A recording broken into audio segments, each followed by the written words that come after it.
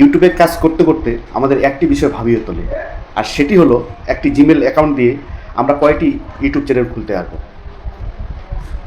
আর খোলা গেলেও এর সুবিধা ও অসুবিধাগুলো কী কী, এই নিয়ে আজকে আলোচনা করব।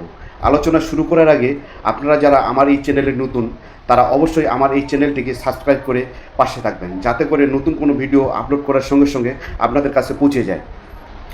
বন্ধুরা, একটা জিমেল অ্যাকাউন্ট দিয়ে আপনারা 5টা 10টা কিংবা শতাধিক ইউটিউব চ্যানেল খুলতে পারবেন।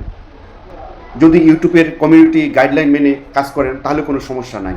এই হলো এর সুবিধা।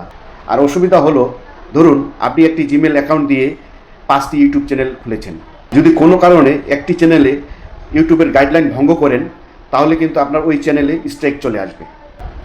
আর স্ট্রাইক আসলে পরে ওই চ্যানেলের পাশাপাশি যে জিমেল অ্যাকাউন্ট সেটিও রিমুভ করে দেবে ইউটিউব। ফলে বাকি যে চ্যানেলগুলো এগুলো আপনি ওপেন করতে পারবেন না। বন্ধুরা, এখন সিদ্ধান্ত আপনার। আপনি একটি জিমেল দিয়ে একাধিক ইউটিউব চ্যানেল খুলবেন, না প্রতিটি জিমেলের জন্য আলাদা আলাদা ইউটিউব চ্যানেল খুলবেন। বন্ধুরা, ভিডিওটি যদি ভালো লাগে অবশ্যই লাইক করবেন।